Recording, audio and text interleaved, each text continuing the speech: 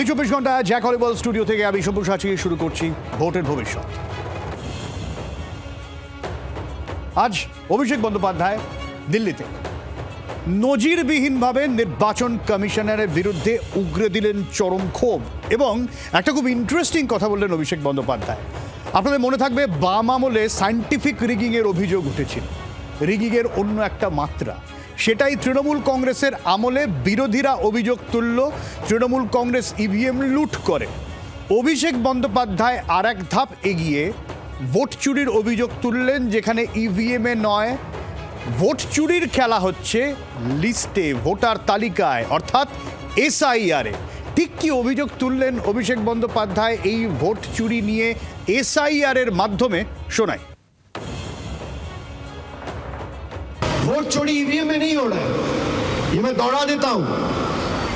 ये ईवीएम जो भी कहता है जिसको चुनाव कराना आता है वो वोटर लिस्ट में नजर दे। वोटर लिस्ट में चोरी हो रहा है और यही चीज कोई और पॉलिटिकल पार्टी पकड़ नहीं पाया। अगर कोई पॉलिटिकल पार्टी कांग्रेस ये पकड़ लिया होता, हरियाणा से, महाराष्ट्र से, न्यू दिल्ली से, बिहार से, चारों स्टेट में बीजेपी हारती।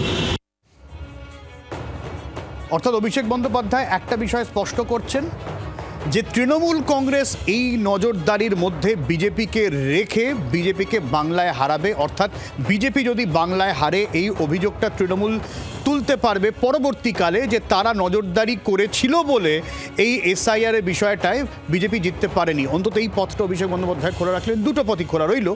পাল্টা রূপা গঙ্গোপাধ্যায় কি বলছেন ঠিক এই অভিযোগে, অভিষেক বন্দ্যোপাধ্যায় অভিযোগের প্রেক্ষিতে শোনায়। কিসের ভোট চুরি? তো যে মানুষটার নাম বাদ যাবে সে যে বিজেপিতে ভোট দিত না, সেটা কি করে ওনারা জানলেন? এখানে সব কটা নাম ভারী ভারী থাকে, তো কেন থাকার দরকার? তোমার যদি থাকতে হয় ভারতবর্ষে, তাহলে অ্যাপ্লাই করো সিটিজেনশিপের জন্য। এটা প্রত্যেকের জন্য প্রযোজ্য।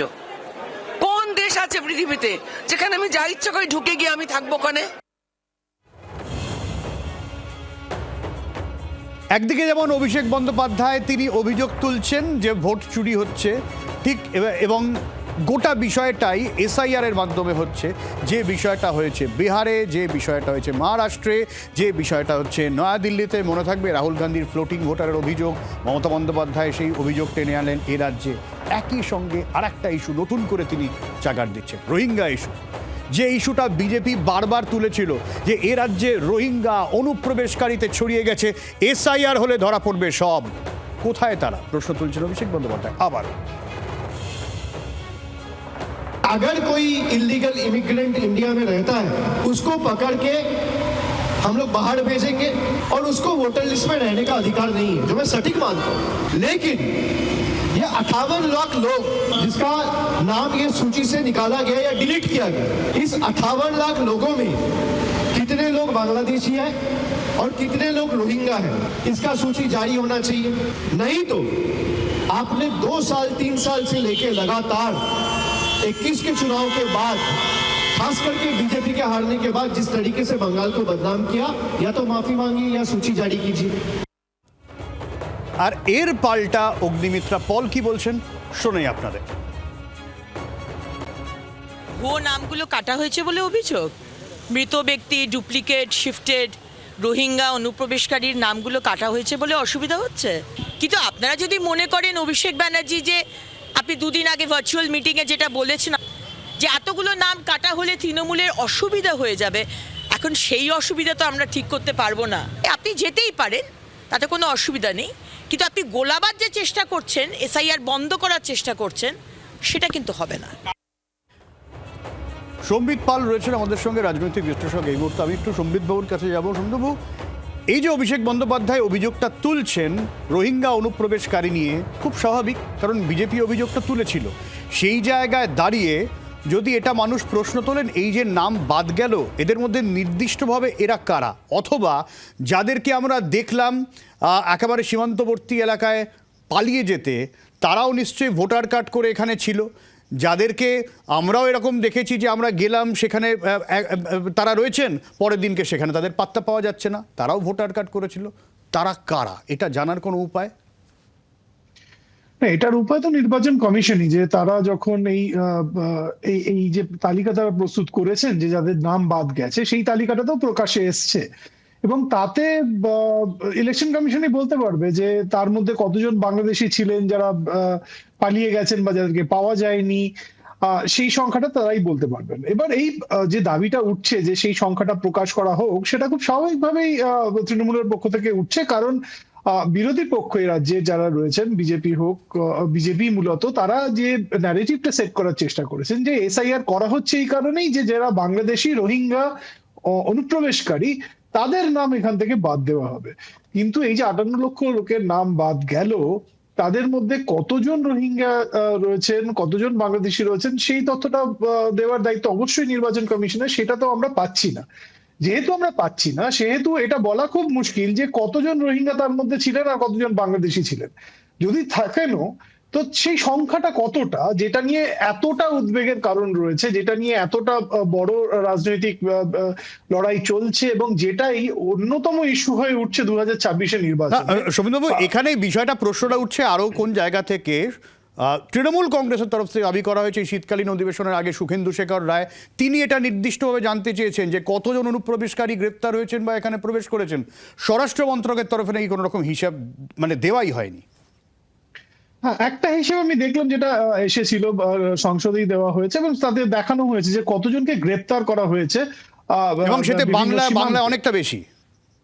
হ্যাঁ, কিন্তু মানে সেটা অবশ্যই মানে পশ্চিমবঙ্গের ক্ষেত্রে বেশি। তার কারণ আছে, তার কারণ হচ্ছে যে দুটো দিক রয়েছে। একটা হচ্ছে যে কাঁটাতারের বেড়ার কথা আমরা বলি, সেইটা অনেক জায়গায় নেই।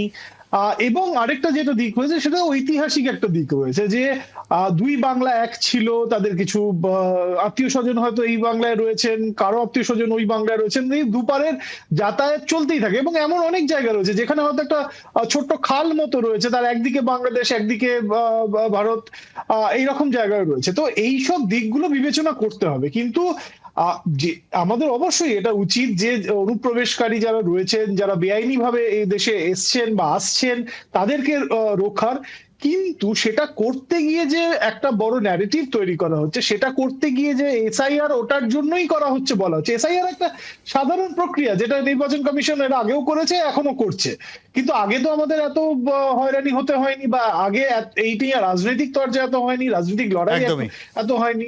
হচ্ছে এখন কেন? কারণ এই ইস্যুটাই, যে কতজন অনুপ্রবেশকারী তারা বাদ গেল, তাদের নাম বাদ গেল, কতজন রোহিঙ্গা তাদের নাম বাদ গেল, সেইটা নিয়ে। কিন্তু সেটা নিয়ে কোনো নির্দিষ্ট তথ্য কারো কাছেই নেই। এক্স্যাক্টলি, আমি সেইটা একটা লড়াইয়ের আকার নিচ্ছে। ঠিক। আমি শুনবো, একটু সঙ্গে থাকুন, আমি আপনার কাছে আবারও আসবো। আর একটা বিষয় আজকে এটা কিছুটা বেনজির বলা চলে, যেখানে এসআইআর এর শুনানি ইস্যুটায় কমিশন এবং তৃণমূল বৈঠকে তুমুল তর্কাতর্কির বিষয় সামনে আনলেন অভিষেক বন্দ্যোপাধ্যায়, যেখানে আঙুল উঁচিয়ে নির্বাচন কমিশনার নাকি অভিষেক বন্দ্যোপাধ্যায়কে প্রশ্ন তোলেন, পাল্টা অভিষেক বন্দ্যোপাধ্যায় জবাব দিয়েছেন।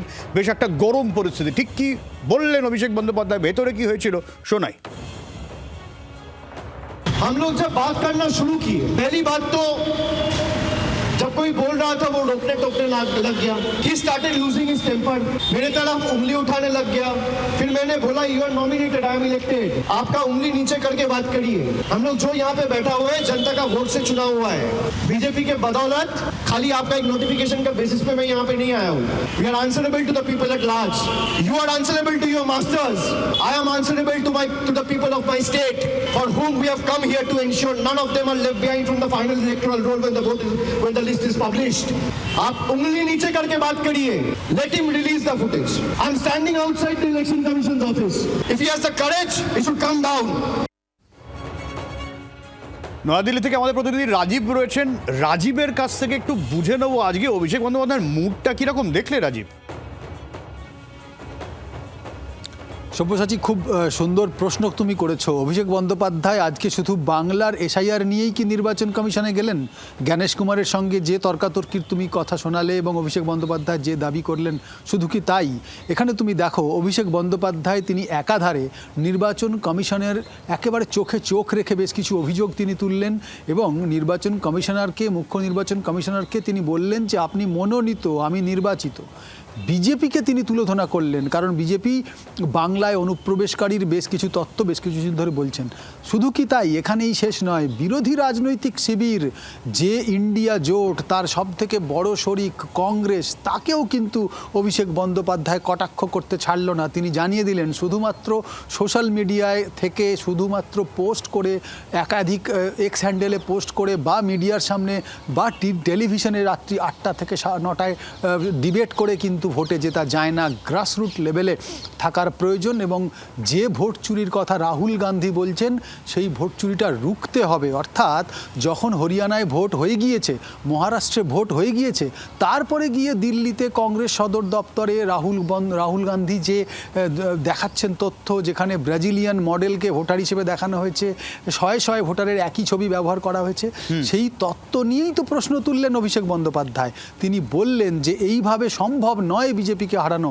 বিহারেও বিজেপি পরাস্ত হতো, মহারাষ্ট্রেও বিজেপি পরাস্ত হতো, হরিয়ানাতেও বিজেপি পরাস্ত হতো, যদি কিনা তৃণমূল কংগ্রেসের মতো গ্রাসরুট লেভেলে গিয়ে এই ভোট চুরি আটকানো যেত। অর্থাৎ কোথাও না কোথাও কৃতিত্ব কিন্তু তৃণমূল কংগ্রেস নিতে চাইছেন, অভিষেক বন্দ্যোপাধ্যায় নিতে চাইছেন। তার দাবি, সেক্ষেত্রে তার যুক্তিও রয়েছে। বাংলাতেই সব থেকে কম ভোট বাদ পড়েছে এই এসআইআর এর যে খসড়া তালিকা, এবং সেই খসড়া তালিকা তুমি যদি দেখো বিজেপি শাসিত রাজ্যগুলিতে, সেখানে অনেক বেশি ভোট বাদ পড়েছে। অর্থাৎ তৃণমূল কংগ্রেস নির্বাচন কমিশনের বিরুদ্ধে যে লড়াই করছে, এবং সেই লড়াই যে তৃণমূল স্তরে করছে এবং ভোট চুরি আটকে দিচ্ছে, সেই দাবি অভিষেক বন্দ্যোপাধ্যায় করলেন, নির্বাচন কমিশনের সামনে দাঁড়িয়ে করলেন।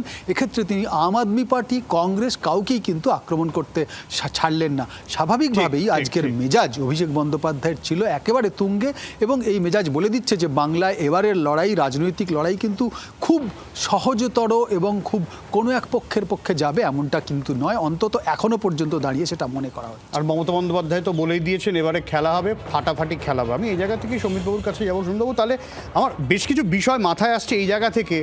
ধরা যাক তৃণমূল কংগ্রেস ক্ষমতাচ্যুত হলো, বিজেপি ক্ষমতা এলো, তৃণমূল কংগ্রেসের এই বলার জায়গাটা রয়েছে যে এসআইআরে কারচুপি করে বিজেপি জিতেছে। ধরা যাক তৃণমূল কংগ্রেস আবারও ক্ষমতা এলো, তারা বলতে পারবে দেখো আমি এসআইআর এর বিষয়টা সামলেছি, সেই কারণে বিজেপিকে আটকাতে পেরেছি, এবং কংগ্রেস মানে কোনো দেশের বিরোধী দলের এই ক্ষমতাটা রইল না যেটা তৃণমূল কংগ্রেসের হইল। একদমই। যে দেখুন, অন্যান্য রাজ্যেও তো এসআইআর চলছে, এই মুহূর্তে এসআইআর প্রসেসটা চলছে। উত্তরপ্রদেশ হোক, তামিলনাড়ু হোক, তামিলনাড়ুতে বিরোধী সরকার রয়েছে, বিরোধী দলের সরকার রয়েছে, ডিএমকে সরকার রয়েছে, কিন্তু সেইখানে কিন্তু এত হাঙ্গামা, এত হইচই সেটা কিন্তু হয়নি। এবং শুধুমাত্র তৃণমূল কংগ্রেসই এর বিরোধিতা করছে, এবং তার অনেকগুলো কারণ আছে। কারণটা হচ্ছে এটাই যে এই যে প্রসেসটার মাধ্যমে তৃণমূল কংগ্রেস ভোটের আগে তাদের যে কর্মী বাহিনী রয়েছে তাদেরকে যেভাবে অ্যাক্টিভেট করেছে, তাদেরকে যেভাবে পথে নামিয়েছে, তাদেরকে যেভাবে জনসংযোগের কাজে নামিয়েছে, সেইটা কিন্তু খুবই লক্ষণীয় একটি বিষয়। কিন্তু সেটা হয়েছে কখন? সেটা হয়েছে যখন এনুমারেশন ফর্ম জমা দেওয়ার যে সময়টা ছিল সেই সময়টাতে। এখন যেটা হয়েছে সেইখানে কিন্তু তৃণমূল কংগ্রেসের কর্মী হোক বা বুথ লেভেল এজেন্ট হোক, তাদের অ্যাক্সেসটা কিন্তু খুব লিমিটেড। কারণ যে হিয়ারিং প্রসেসটা চলছে, সেই হিয়ারিং প্রসেসটা চলছে কিন্তু শুধুমাত্র সরকারি যারা অফিসার রয়েছেন, যারা অ্যাপয়েন্টেড অফিসার রয়েছেন তাদের কাছে। কাজেই এইখানে সত্যি তৃণমূল কংগ্রেসের একটা খুব চিন্তার জায়গা। আমি এই জায়গাটাই সমিতবাবু, আমি আপনার কাছে আসছি। এই BLA-2 যাদেরকে তৃণমূল কংগ্রেস দাবি করছে যে ঢুকতে দিতে হবে, শুধু তাদের নয় সব দলের বেরেদের ঢুকতে দিতে হবে, এই বিষয়টা নিয়েও তর্কাতর্কির জায়গায় গেল। কি বলেছেন তিনি একবার শোনাই, তারপর আসছি সমিতবাবু আপনার কাছে। उन्होंने बोला कि आपके BLA-2 क्यों हियरिंग मेन्यू में जाएगा। मैंने बोला क्यों नहीं जाएगा? अगर BLA-2 बूथ में बैठ सकता है, पोलिंग स्टेशन में बूथ का एजेंट बैठ सकता है पार्टी का, जब आप इन्यूमरेशन फॉर्म डिस्ट्रीब्यूट कर रहे हैं तब BLO के साथ BLA-2 जा सकता है, तब हियरिंग में BLA-2 क्यों नहीं जाएगा? मैंने बोला ठीक है नहीं जाएगा, आप सर्कुलर इशू करो। बोला मैं सर्कुलर इशू नहीं करूंगा। मैं बोला सर्कुलर इशू नहीं करेगा तो BLA-2 रहेगा। वो सर्कुलर इशू इसलिए नहीं कर सकता क्योंकि circular will be challenged in the court of law. अगर आप ओरली बोलते हैं उसे कोई वैल्यू नहीं है। তাহলে কি সমিতবাবু এই জায়গাটায় গিয়ে তৃণমূল কংগ্রেস একটু অস্বস্তির মধ্যে পড়ছে যে কোথাও গিয়ে এই অ্যাক্সেসটা, নজরদারির অ্যাক্সেসটা তাদের চলে যাচ্ছে, এবং সেক্ষেত্রে এই 58 লাখ থেকে 1 কোটি হলেও আশ্চর্যের কিছু থাকবে না হয়তো?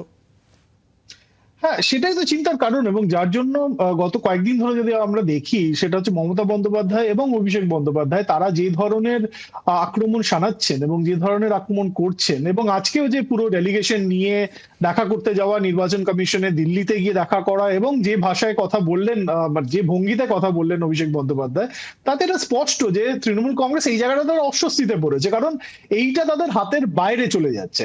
এইখানে তাদের কোনো উপস্থিতি নেই।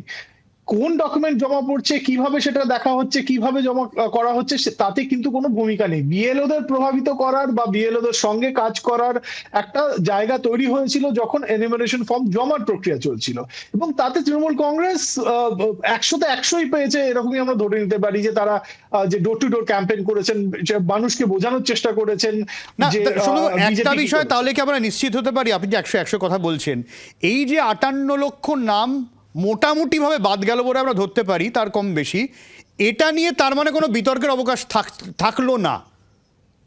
না, এটা তো হয়তো কিছু এর মধ্যে কয়েকজন আছেন, যেটা আমরা কিছু কিছু ঘটনা দেখতে পাচ্ছি, যারা হয়তো জীবিত তাদের নামও সেখানে চলে গেছে, যারা তাদেরকে কাউকে একদম মৃত বলা হচ্ছে, কিন্তু সেইটা খুব একটা চিন্তার বিষয় কিন্তু তৃণমূল কংগ্রেসের জন্য ছিল না, কারণ এর মধ্যে অধিকাংশই হচ্ছে মৃত ভোটার বা স্থানান্তরিত ভোটার, তাদের তালিকা কিন্তু বেরিয়েছে। না, কিন্তু এই সেইটা খুব অভিযোগটা একটা তো চিন্তার বিরোধীরা বিষয় করে ছিল। যে এই মৃত ভোটার স্থানান্তরিত ভোটারই খেলাটা হয়। না, সেটা খেলাটা হয়, কিন্তু আপনি এটা একটা মাস স্কেলে সেই খেলাটা খেলার জন্য একটা অন্য ধরনের পরিস্থিতি দরকার আপনার ইলেকশনের প্রসেসের সঙ্গে। আমরা জানি যে তৃণমূল কংগ্রেসের যে সাংগঠনিক শক্তি রয়েছে, সেটা অন্যান্য বিরোধীদের নেই এ রাজ্যে, এবং তারা সেটার ফায়দা তোলে, এবং তার অন্য অনেক রকমের অভিযোগ আছে, অনেক রকমের প্রমাণ আছে, সেটা নির্বাচনের সময় আমরা দেখি। কিন্তু এখন যাদের নাম বাদ চলে যাচ্ছে সে বা যেতে পারে, এই আশঙ্কা দেখা দিচ্ছে, তাতে কিন্তু তৃণমূল কংগ্রেসের অসুবিধা হতে পারে। 1 নম্বর। 2 নম্বর হচ্ছে যে হ্যারাসমেন্টটা মানুষের হচ্ছে, সেই হ্যারাসমেন্টে সেই ক্ষোভের বহিঃপ্রকাশ কার কাছে, কোথায় গিয়ে হবে, কার বিরুদ্ধে হবে? সেটা কি বিজেপির বিরুদ্ধে হবে, নাকি তৃণমূলের প্রতি তিতিবিরক্ত হবে লোকজন, নাকি এই যে এটাকে একটা যেটা বিজেপি বলার চেষ্টা করছে এবং বলছেও, যে তৃণমূল এটাকে বানচাল করে দিতে চাইছে, এই পুরো পরিস্থিতিটাকে, পুরো প্রসেসটাকে বানচাল করে দিতে চাইছে। তো সেইটা একটা কিন্তু রাজনৈতিক লড়াইয়ের জায়গায় না, চলে এই গেছে। জায়গাতে সমীরবাবু তৃণমূল কংগ্রেস কিন্তু এই প্রশ্নটা তুলছে, মানে এমন একটা ভাব যেন ওয়েস্ট বেঙ্গলকে একেবারে চুলচেরা পোস্টমর্টম চলছে, যে কোথায় নাম বাদ দেওয়া যায়, কোথায় নাম বাদ দেওয়া, এরকম একটা হাওয়া তৈরি করা হচ্ছে, মাইক্রো অবজার্ভার পর্যন্ত নিয়োগ করা হচ্ছে। কি বলেছেন অভিষেক বন্দ্যোপাধ্যায় শোনাই। इतने सारे प्रदेशों में एसआईआर का काम चल रहा है, वेस्ट बंगाल में सबसे कम डिलीशन का परसेंटेज आया है 5.79%। तमिलनाडु में आया है 12.57%। बीजेपी का डबल इंजन गवर्नमेंट गुजरात में आया है 9.95%, मतलब अप्रोक्सीमेटली 10%। तो आप selectively micro observer, district observer खाली बंगाल में क्यों लगा रहे, बाकी स्टेट में क्यों नहीं लगा रहे? এইখানে গিয়েই তার মানে সম্বিতবাবু শুনানিতেও আরও বেশি পোস্টমর্টমের কাটাছেড়া হতে পারে, আরও বেশি নাম বাদ যাওয়ার আশঙ্কাটা তৃণমূলের তরফে, শাসক দলের তরফে থেকেই যাচ্ছে। সেটা থেকে যাচ্ছে, কারণ যে ডকুমেন্ট নেওয়া হচ্ছে, একটা লিস্ট রয়েছে, 12খানা ডকুমেন্টের লিস্ট রয়েছে, কিন্তু সেটাও অনেকের কাছে হয়তো ঠিক মতো নেই, বা বাবা মায়ের নাম তালিকাতে ছিল না, বাবা মার যে নথিপত্র সেইটা হয়তো ঠিক মতো নেই, এরকম অনেক ধরনের মানে হাজারো রকমের কেসেস কিন্তু যাচ্ছে, এবং সেইটার কিন্তু অনেক ক্ষেত্রে যেরকম আমি মানে খবর পাচ্ছি বা যেরকম আমি শুনতে পাচ্ছি, যে অনেক ক্ষেত্রে তার কোনো মানে একদম যে নিয়ম বেঁধে দেওয়া গতে যে সবাই চলছে সেটা না, তাদেরকে বলা হচ্ছে আপনি এই তথ্য দিন, আপনি এই ডকুমেন্ট দিন, এই নথি দিন। তো সেইখানে কিছুটা সাবজেক্টিভিটির জায়গাও কিন্তু তৈরি হয়ে যেতে পারে, সেই সংখ্যাটা রয়েছে, এবং যেখান থেকেই এই ধরনের অভিযোগগুলো উঠছে এবং চুলচেরা বেচার করা হচ্ছে পশ্চিমবঙ্গের ক্ষেত্রে, সে কথা উঠছে। কারণ এটা আমরা দেখছি অন্যান্য রাজনৈতিক দলগুলি এসআইআর এর প্রক্রিয়া নিয়ে অন্যান্য রাজ্য থেকে কিন্তু এই ধরনের অভিযোগ করছে না, বা এই ধরনের ডেসপারেশনও দেখাচ্ছে না। একদমই। আর এই জায়গা থেকে একটা অন্যরকম বিষয়ও সামনে আসছে, যেখানে তৃণমূল কংগ্রেস অনেকটাই মানবিক একটা দৃষ্টিভঙ্গি সামনে রাখার চেষ্টা করছে, যেখানে শুনানিতে আমরা জি 24 ঘন্টা অসংখ্য খবর দেখিয়েছি যে কিভাবে বয়স্ক মানুষ যারা, তাদের সমস্যা হচ্ছে, অসুস্থ যারা, তাদের সমস্যা হচ্ছে, তাদের শুনানিতে গিয়ে ঘন্টার পর ঘন্টা লাইন দিতে হচ্ছে, এবং এটা ফ্যাক্ট, এটা হচ্ছে। কি বলছেন অভিষেক বন্দ্যোপাধ্যায় নিয়ে শোনাই। सीनियर सिटीजन्स को जिस तरीके से आइडेंटिफिकेशन और वोटर लिस्ट में नाम उठाने के लिए हैरेस किया जा रहा है। तो हमारे डेलीगेशन ने जाके ये रिक्वेस्ट किया कि 85 के ऊपर अगर पोस्टल बैलेट पे वोट लिया जा सकता है तो हियरिंग क्यों नहीं घर जाके आप किया कर सकते हैं। तो उसको ऑनर करते हुए परसों ही रात को एक नोटिफिकेशन सीईओ का ऑफिस से निकाला गया जहां पे बताया गया कि 85 के ऊपर जिनकी उम्र है उनको हियरिंग में नहीं बुलाया जाएगा। कल एक डेलीगेशन गया था सीईओ के ऑफिस में और आज हम 10 लोग चीफ इलेक्शन कमिश्नर को भी रिक्वेस्ट किया है कि 60 के ऊपर जिसका उम्र है, जिसको कोमॉर्बिडिटी है, दिव्यांग जो लोग हैं, पर्सन विद डिसेबिलिटीज, इन लोगों को इस हियरिंग प्रोसेस में बुलाकर हैरेस ना किया जाए। तो उन्होंने ये कहा है कि मैं इसको देखूंगा, चर्चा करूंगा। इसमें कोई कमिटमेंट नहीं दिया है, पर मैं ये क्यों कह रहा हूं, ये लोगों को समझना चाहिए, जानना चाहिए। पूरा देश में Trinamool is the only party to raise it, both before the chief electoral officers office and simultaneously before the Chief Election Commission in the নির্বাচন সদন দিল্লি। সৌমিত্র কাছে এটাই আমার শেষ প্রশ্ন থাকবে এই জায়গা থেকে, এরকম কি একটা আপনার মনে হয় মানুষের মধ্যে পারসেপশন তৈরি হয়েছে যে এই বিজেপির সরকার এর আমলেই যত লাইন দেওয়া, এর আমলেই যত কাগজ দেখানো, এই জায়গা থেকে একটা বিরক্তির হাওয়া নাকি মানুষ মেনে নিয়েছেন যে এটা সরকারি কাজ, এটা করতে হবে? পারসেপশনটা কি গড়ে? দেখুন, এটাই বিরোধীদের অভিযোগ বা এখানে শাসক দলের যেটা অভিযোগ যে বিজেপির আমলেই এটা করতে হচ্ছে। আমরা দেখেছি যে নোটবন্দির সময় থেকে হোক বা এখন যেটা করতে হচ্ছে বা কোভিড এর সময় অনেকের এরকম ধরনের অসুবিধা হয়েছে যে লাইনে দাঁড়ানোটা একটা ভবিতব্য হয়ে গেছে। এখন এটা দেখুন সাংবিধানিক প্রক্রিয়া, এখানে আপনি অন্যরকম কোনো উদ্দেশ্য নিয়ে করা হচ্ছে কি হচ্ছে না সেটা সম্পূর্ণ একটা পারসেপশন তৈরির ব্যাপার হতে পারে, কিন্তু এটা সাংবিধানিক প্রক্রিয়া যেটা করা হচ্ছে। কিন্তু পারসেপশনের যে কথা আপনি বলছেন বা তৃণমূল কংগ্রেস শাসক দল হিসেবে তারা যে কথাটা বারবার মানুষের কাছে নিয়ে যাওয়ার চেষ্টা করছে এবং খুব ডেসপারেটলি নিয়ে যাওয়ার চেষ্টা করছে, সেটা হচ্ছে যে দেখুন আমরাও যদি সাধারণভাবে দেখি যে এই ধরনের নিজের নাগরিকত্ব প্রমাণ করার চেষ্টা কোথায় করতে হয়েছে লোককে, আসামে করতে হয়েছে, সেখানে এই ধরনের আমরা দেখেছি এনআরসির সময় কি করতে হয়েছে, সেই বিরোধিতা করেছিল তৃণমূল কংগ্রেস যে কাগজ দেখাবো না, আমরা কাগজ দেখাবো না, কিন্তু এখন মানুষকে সত্যি সত্যি কাগজ দেখাতে হচ্ছে এবং লাইনে দাঁড়াতে হচ্ছে। একদমই, অনেক ধন্যবাদ সৌমিত্রবাবু আপনাদের। কিন্তু বিরতিতে যাওয়ার আগে অভিষেক বন্দ্যোপাধ্যায় যে প্রশ্নটা তুলে গেলেন নতুন করে, সেটা আবারও শোনাবো বিজেপির জয়ের মার্জিন নিয়ে। वो सर्कुलर इशू इसलिए नहीं कर सकता क्योंकि circular will be challenged in the court of law. यही सब गलती कांग्रेस ने किया है। आम आदमी पार्टी दिल्ली में पकड़ नहीं पाया, बिहार में आरजेडी कांग्रेस पकड़ नहीं पाया, बीजेपी महाराष्ट्र जीता है स्ट्राइक रेट 88%, बीजेपी दिल्ली जीता है स्ट्राइक रेट 88%, बीजेपी बिहार जीता है स्ट्राइक रेट 88%। ये कोइंसिडेंस लगता है आपको? वोट चोरी तो यहाँ हो रहा है, वोट चोरी ईवीएम में नहीं हो रहा है। ये मैं दौड़ा देता हूँ। বাংলার আওয়াজ, বাঙালির আবেগ, জি 24 ঘন্টা।